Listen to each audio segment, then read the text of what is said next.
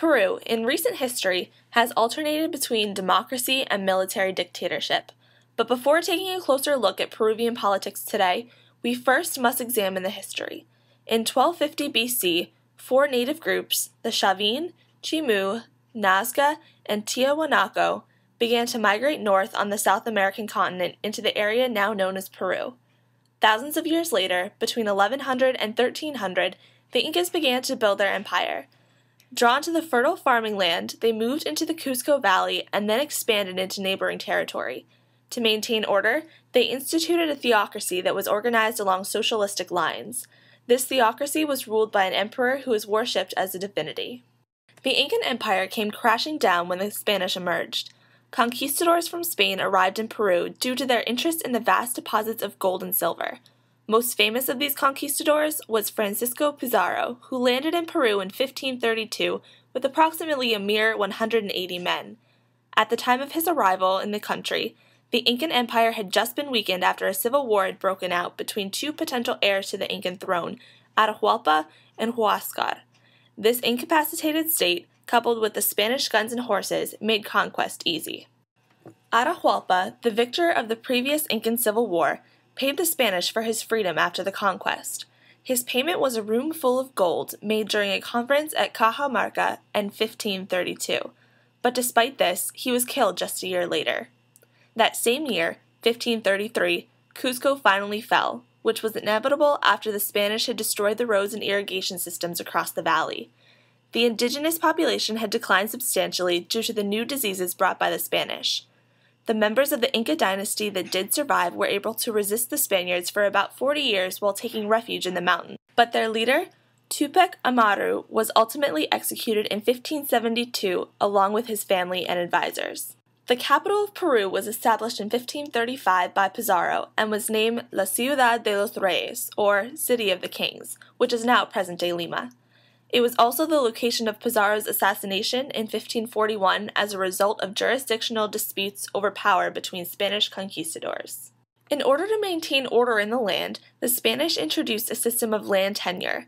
This consisted of indigenous workers working under European landlords, almost mirroring the feudal system of medieval Europe. It successfully established different social classes, separating the wealthy, landed aristocracy early in the colonial period, while little was done to advance the education of the masses, creating a divided Peru.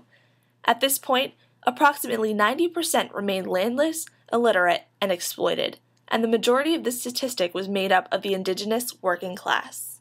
In 1542, the Spanish created the Viceroyalty of Peru. The first viceroy arrived in 1544 and was killed shortly after in 1546. Then, a new approach was instituted in 1569 when Francisco de Toledo, a Spanish colonial administrator, arrived in Peru. He established a highly effective yet harshly repressive system of government over the next 14 years while he was there, which lasted approximately 200 years.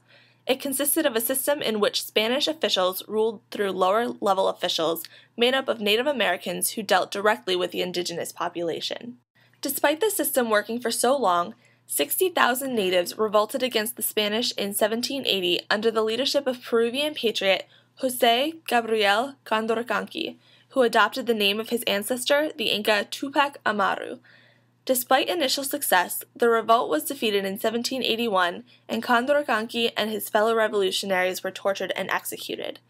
Another revolt was launched in 1814 after opposition to Spanish rule had spread throughout the majority of Spanish South America.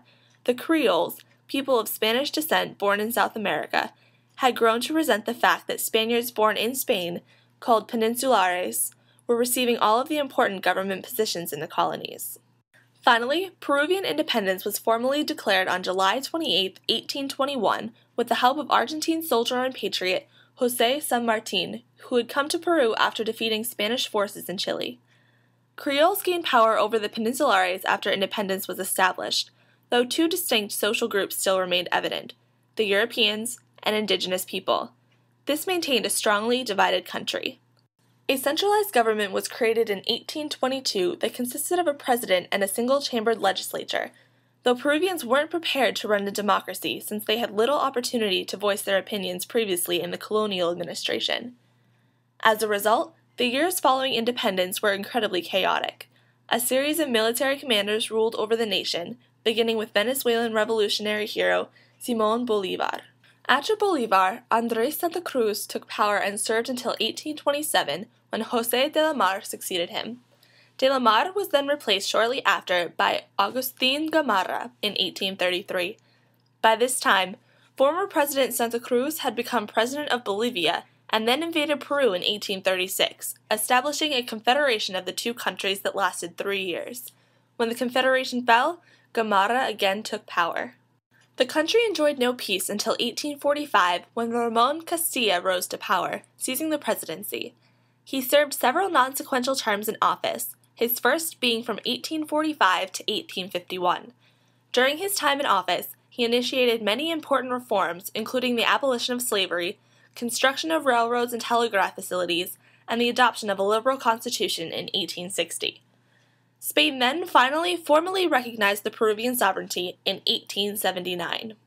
The presidency was vacated numerous times in the late 19th and early 20th century as a result of self-proclamation, coups, or direct elections. However, in 1980, Peru became one of the first countries in South America to undergo the transition from long-term institutionalized military rule to democratic government. Just a decade later, in 1990, this democratic system was challenged due to an unprecedented social, economic, and political crisis. As the economy declined, insurgent violence and criminal activity increased. This crisis was partially attributed to the lack of an effective economic policy instituted by previous governments. Personalities dominated politics instead of programs and policy. Political parties had been increasingly discredited. They had failed to provide reliable options to the faulty state system with which they were associated. In 1990, agronomist Alberto K. Fujimori defeated famed novelist Mario Vargas Llosa with the Cambio 90, or Change 90 front, which was considered a rejection of the traditional politics and political parties. Fujimori faced many struggles during his administration due to issues that began in previous administrations. In 1992, he ended up suspending the Constitution, dissolving Congress and the judiciary, and placing several congressional leaders and members of the opposition under house arrest. This autogolpe, or self-coup, was in effect a military coup against the government led by the president himself. Fujimori served as president until impeached in November of 2000. Valentin Paniagua, the president of Congress, took over as the interim president since the vice president had also resigned. In July 2001, Alejandro Toledo became the next elected president until current president Alan Garcia Perez was elected in 2006. Currently, a presidential representative democratic republic that operates via a multi-party system governs Peru. The president, head of the governed, appoints a prime minister, and together they choose members to comprise the rest of the governing council. There are 120 members in the Peruvian unicameral Congress. In order to pass legislation, bills are proposed by either the executive or legislative branch, which may become law after passed by Congress and approved by the president.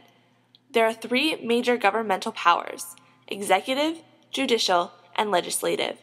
The executive power is comprised of the president, vice president, prime minister, council of ministers who make up the cabinet, and other ministers of Peru. The judicial power encompasses all of the Peruvian judicial system, including the Supreme, Superior, and other courts. Finally, the legislative power is made up of the Congress of the Republic, which abides strictly to the Peruvian Constitution. In 2011, there will be a change in Peru's presidency. The current president, Alan Garcia, governed on a radical platform in the 1980s, but now changed his ideology and governs from the center.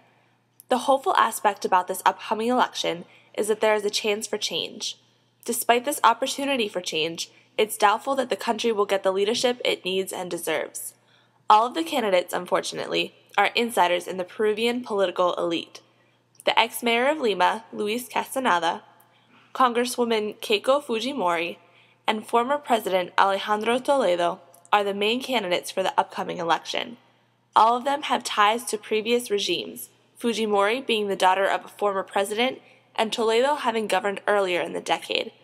The country needs a leader who will support the indigenous people and execute a fair economic plan, but it looks like that is not coming in 2011.